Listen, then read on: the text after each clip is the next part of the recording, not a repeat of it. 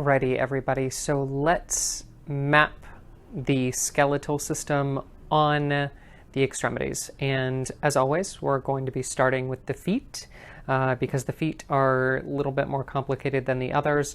And also we'll go really slow just so that you have time to kind of digest everything. But there are also different surfaces on the feet. We have much more three-dimensional things happening on the feet than the other extremities, so we need to really take a more extensive view on these. So just like with all of our videos, let's start by drawing our guidelines. So we're going to draw our shoulder line guidelines. And then just for, multiple views, the shoulder line guideline ends at the base of the toes. A little artsy swoosh there. Then we will go to our diaphragm guideline, which separates the base of horizontal zone 2 from horizontal zone 3. And we're just kind of winging it with this picture, just extending that bunion area. Then same thing over here. And then we are going to, we can't see on this picture, the waistline guideline. The waistline guideline is about there. Same thing over here. We're just kind of guesstimating because it's that proximal head of the fifth metatarsal, which we can see over here. It's right about there. And we can extend that all the way across, giving us our waistline guideline. And then we have the pelvic guideline, which again, really hard to see, but behind the malleoli, which will be very important as we start to get into the hip reflexes. And again, you can see that the foot here is dorsiflexed, meaning that the dorsal side of the foot is moving towards the body. So we need to kind of curve that pelvic line just for this picture. So those are our 4 guidelines. And now let's get to mapping. First and foremost, we're going to start with the spine. And so with the feet, it's really easy. We'll look at this medial view first. And so let's turn our attention to the big toe. So the big toe has the distal phalanx and the proximal phalanx, the 2 phalanges that make up the toe.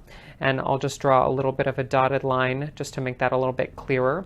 So the neck reflexes or the cervical spine reflexes would be on the medial aspect of the proximal phalanx of the big toe. So it's not the big toe pad, it is the neck of the big toe, very aptly named for the reflex, and that gives us our neck reflexes. So this is C1 to C7, and then we'll kind of switch it up just for contrast. We'll do a dotted line for the thoracic. So the thoracic spine actually extends all the way to the waistline guideline.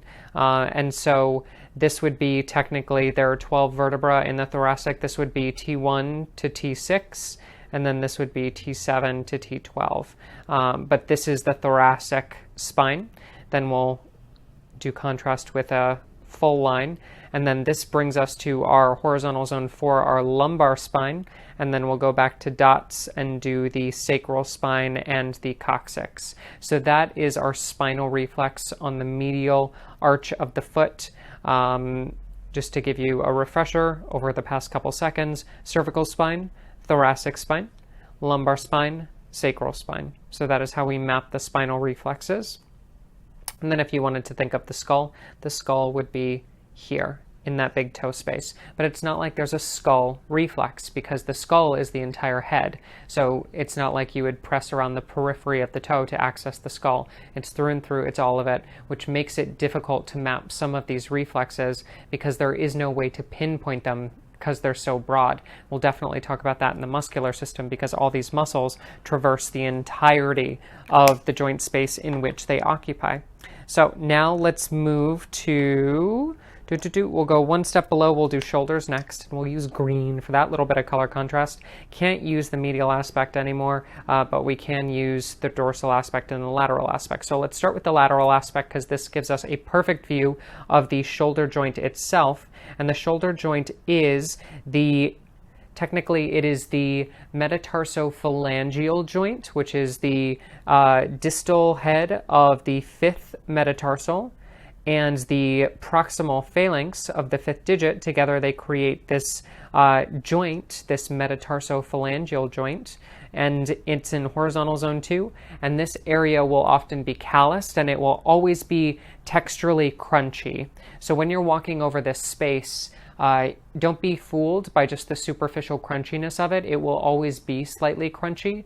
The reason why I personally have found that to be true is just through experience, but also when you think of the shoulder joint is hypermobile, yet it bears a lot of weight, especially gravitational force. So when you think of the shoulder joint as being mobile, but also needing to be solid in certain points, often there's an imbalance between that mobility and that rigidity that's required for proper movement. So there's a lot of congestion around this joint normally. Don't freak out when you feel it. Okay, now let's get to the hips. And the hips, oh, sorry, we need to draw the shoulder joint on the dorsal aspect. So let's just, for extra emphasis, we'll draw that shoulder reflex. Yep, so vertical zone 5 in line with the fifth toe, and then horizontal zone 2 in line with that chest, lung, shoulder area. Now we'll do the hips, and the only way that we can do that is with the lateral aspect. So we are going to find the lateral malleolus, which we'll trace just around here, just for color contrast. So that is the lateral malleolus, or the lateral ankle bone. And the hip sciatic reflex is a crescent moon shape behind that area. And it literally feels like a crescent moon kind of ditch. I'm trying to color appropriately. I would fail kindergarten right now, I'm sure. But this crescent moon ditch represents the ball and socket joint of the hip reflex, and I'm coloring myself. And that is where that location is for that direct reflex. Now let's go to the knees. So a lot of people get confused with the knees, so we're going to talk about this. The knee reflex can only really be found on that lateral side as well, because it's the best view of it. It is the proximal head of the fifth metatarsal, and for those of you that have watched the free webinar that I did through the online school on how to map the feet physically, you've seen this, and I talk about this extensively. The proximal head of the fifth metatarsal is the direct reflex for the knee joint, in my personal opinion, based on what I've seen, especially in runners and athletes that have a lot of impact on the knees. This is the direct reflex for that. It is the starting point of the cuboid notch. And we've gone in past videos before of the ascending being, well, now we'll talk about that in muscular system. Anyway, so the proximal head of the fifth metatarsal is the direct knee joint. Now, my students will ask me, Sam, why is this in horizontal zone 4 instead of horizontal zone 5? Because, you know, the feet are supposed to be mapped exactly like the body. So it should make sense that, you know, the knee reflex, which is the knee is in horizontal zone 5, the lower body, it should be in horizontal zone 5, the reflex, so it should be in the heel area. The way that I like to explain it is that reflexology doesn't work with physical order. It works with nerves and nerve innervation, and the nerve innervation for the legs starts in the lumbar spine. So when we think of horizontal zone 4 as being the kind of plexus of nerves that will eventually root into the knee complex, that is why I like to justify that the knee reflex is in horizontal zone 4. Otherwise, I just look at my student, shake my fist, and say, because I told you so. That's a joke. But it is based on, you know, my observation of thousands of feet. So there you go. Those are the major reflexes for the joints in the feet, and now we will move on. Oh, just like side note, let's talk about other minor joints like the ribs. So the ribs, although they are technically bones, they traverse the entirety of horizontal zone 2. So just like when we'll talk about the muscular system, when a reflex spans the entire space, there's no real way to isolate that reflex or to directly map it. So when you think of these types of bones, it's not something that you're going to see the ribs as mapped on a reflexology chart. Same thing with the skull. Same thing with, if you really wanted to get specific, the bone in the throat, the hyoid bone. There's no mapping for that. Some charts get really extensive in terms of mapping the humerus, mapping the femur, mapping, you know, the extremity bones as well. I'm going to say no to that, and I would just personally prefer to focus on the joints themselves. So that's that. If you have any questions, just put them in the comments, and I'll give you my 2 cents with that. Okay, now let's move on to the hands. Okay, so we got to draw our guidelines first. Guidelines are so important. Shoulder line guideline. We'll just whoop, whoop. Hands are a little bit tricky like that. Then we'll go to our diaphragm guideline. A little bit harder to see, yeah, but we basically want to go below the knuckles and then below that major thumb joint. And then connect them together. Okay, then we have our proximal head of the fifth metacarpal instead of tarsal. We draw that all the way across for our waistline guideline. Now here's where it gets tricky, because we technically use the pelvic guideline in between the first and second row of carpals, but there's no way to really see those, so just guesstimate it. Okay, so those are our guidelines. Now we will proceed with the spine. So the spinal reflex is very similar to the hands as it is to the feet. This is the dorsal aspect, same for medial aspect. We're just going to look at it a little bit dorsally because we need some of these dorsal reflexes to really give us some hand marker stuff. So again, skull would be the pad, but then we have that we have two phalanges in the thumb, and so the cervical spine reflex would be here. Yes, the medial surface of the proximal phalanx of the thumb. Then we have the first half of the thoracic spine reflexes, T1 to T6, and then we have T6 to T12, or T7 to T12 rather, and then we have lumbar spine and sacral coccyx. Pretty easy once you get the hang of it. Now again, the issue with the hands is that you will not be looking at a client's hands like this most time. In order to work on them, most clients will present you hands like that. So the medial aspect of that hand, we are going to have head space, neck space, thoracic, lumbar, and then sacral coccyx. So same organization, just with the hands you have to be careful because this position keeps the thumbs medial, so it's in line with that true kind of mapping. But then when we go into anatomical position and roll the hands over, that's when this becomes lateral. So it can get a little bit confusing in terms of verbiage as far as how that's mapped. Okay, now let's go down the line right into the shoulder. So in line with the fifth digit in horizontal zone 2, the direct shoulder reflex, and reflexes are through and through again. So it's not just dorsal surface, it's also palmar surface. Okay, now we will do the hips. Boop. And so this is our lateral surface right now. If we were in anatomical position, it would be our medial surface, but right now we are going to get the lateral hip joint. So I'm going to draw a circle, but it's technically kind of crescent moon shape as well. This is our malleolus right here. It's a little bit higher because the hands need to be a little bit more floppy and wiggly. So this whole joint area, you'll be able to sink into it really well. It's technically like right over the carpals on the lateral side. It's juicy and delicious and very effective with clients who are suffering from hip-related back pain, stuff like that. Super, super awesome point to walk, especially if you get a little bit of wrist rotation in there. Oh, it's delicious. Okay.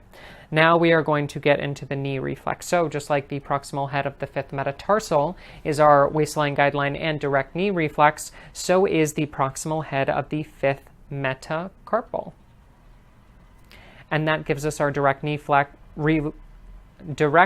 reflex. There is no cuboid notch of the hand, but I like to think there is.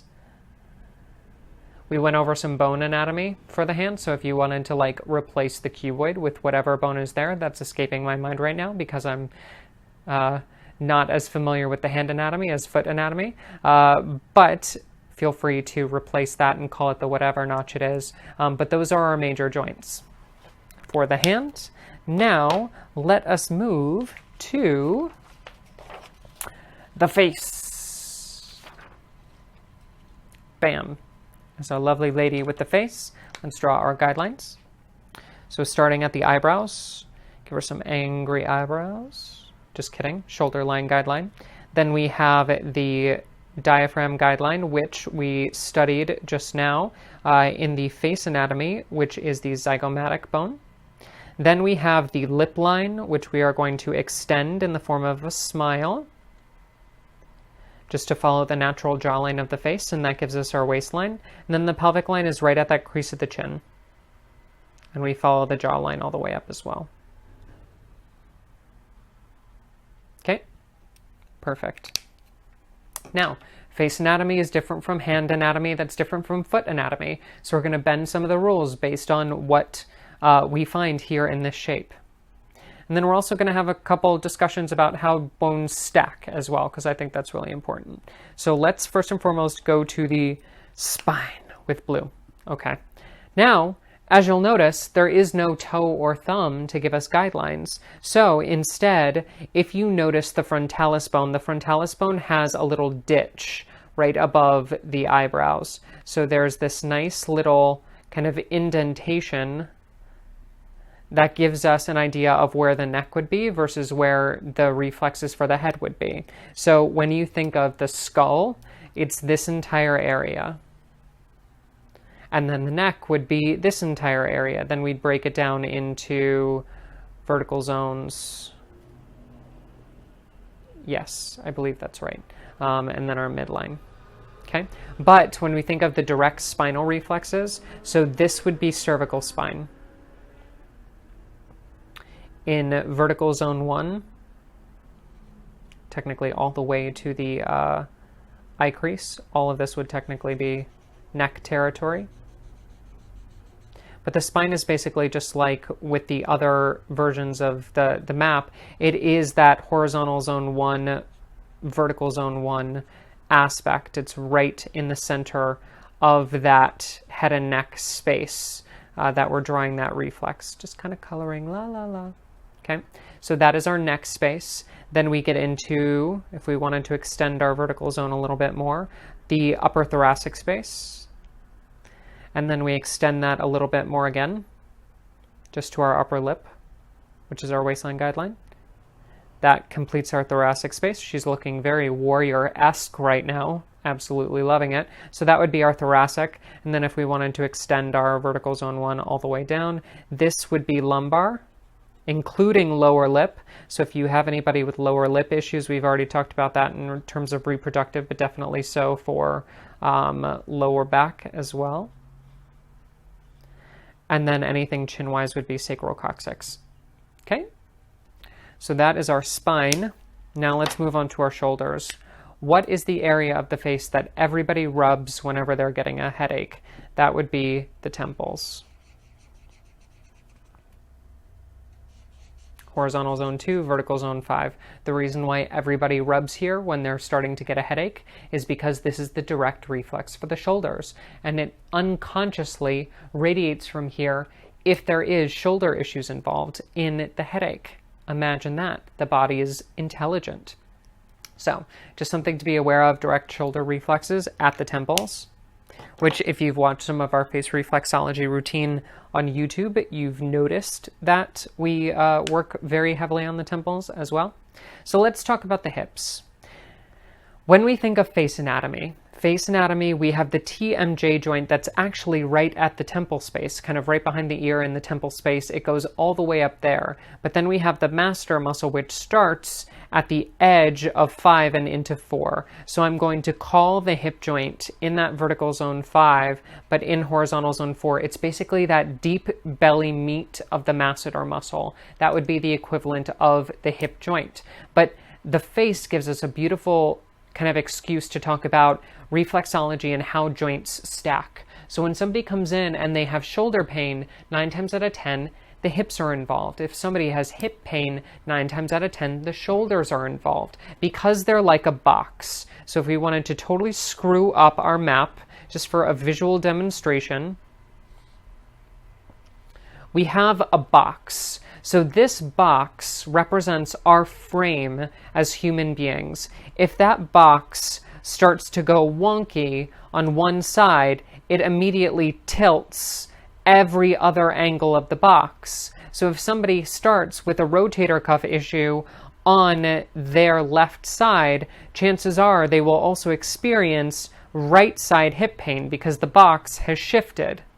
Does that make sense? So that really, from a facial reflexology standpoint, when we think of the masseter as connecting both lower and upper masseter in shoulder and hip area, this gives us a beautiful example of how everything is interconnected reflexology-wise with the face and kind of just deeper anatomy stuff. But I'm geeking out, so I'll stop. Okay, knee reflex. Surprise, there really isn't one for the face. I like to think of the entire jaw reflex, mostly laterally, as the reflex for the knees. So if you wanted to just think of horizontal zone 5 as a whole as the knee reflex, we really don't have notches here, but it's just the entire jaw area, more laterally. I technically consider some of the masseter to be in that territory, but just to give you a visual reference, remember we have sacral coccyx here, so the more lateral you go, the more lateral you go in the body. So this is, now she's starting to look like a football player with this helmet that I'm drawing on her. She's about to ready tackle to somebody. So this jaw area represents horizontal zone 5, the entire sciatic nerve. So this is where I personally would put the knee and leg reflexes on the face, because there is no notch to tell us otherwise. And I found great success so far with my sciatic low back people in working the jaw and masseter space. Okay, so that is our facial reflexology map. Now let's move to everybody's favorite, the ears. Okay, so we are going to go just above the triangular fossa. Now that you know what a triangular fossa is, for our shoulder line guideline, then we are going to go to our diaphragm guideline, just below the triangular fossa and above the cymboconcha. Then we are going to use the bridge between the cymboconcha and the cavum concha as our waistline guideline. And then we are going to use the bottom of the auditory opening, that cavum concha, for our pelvic line guideline. And those are our guidelines. Okay. Now let's do spine. So spine, we have, technically this would be head space for me, and then this would be neck. So this is what I'm going to call as neck space for the ears. Boop, boop, boop, boop. Fabulous. Okay, then we have upper thoracic, lower thoracic, and then the tragus represents the lumbar area, and then we have sacrococcyx. Same thing over here. Headspace, neck, upper thoracic, lower thoracic, lumbar, and sacrococcyx. Sound pretty easy? Then we will go into shoulders. So although I drew over it just a little bit here, you can see that edge. So technically what I have found to be true with the ears is that the Darwin's tubercle, which is kind of like this elfy point that some people have, basically if you follow the triangular notch all the way across, it's normally slightly above or slightly below that point. And that little flap represents the direct joint to the shoulder, in my opinion. But if you wanted to stick with the book, it would be slightly lower. You could lower that even just a little bit further. Just so long as you're going more laterally, because if we think of laterally being more laterally, which is the shoulder area, happens to be very laterally, the utmost laterally, then we are in vertical zone 5 and horizontal zone 2, which is where we want to be for the shoulder reflex. Okay? Then we have the hip reflex, and unfortunately the hip reflex, I can't really show you well on the ears because it's technically behind the ears. So you see how the Cymboconcha and the Cavum concha are indented? That's because they are connected to the head in that space. If we were to fold the ears back, we would be right at that lining where the horizontal zone 4 area, the auditory opening, that Cymboconcha, is going to be connecting with the head space, and that would be my direct reflex for the hips. Okay, so you could think of it as Cavum concha facial attachment. Yes, so that gives me that. Or you could think of it as like the behind of the antitragus. Then as far as the knees go, I really find this little section to be super helpful with the knees.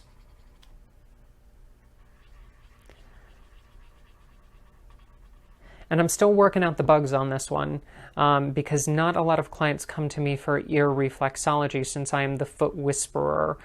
So whenever I work with friends, family, or clients that do want ear work, this little notch right here, right above the lobe, and more laterally, right as that helix starts to root down into the lobe, that seems to be the magic point for knee stuff. And even into here, you can even see on this picture, it's slightly raised, that kind of channel. So maybe this person also has some fluid retention in the low back that's going into the knees. So that point specifically with the knees, right as that helix starts to root into the lobe, that's my direct knee reflex.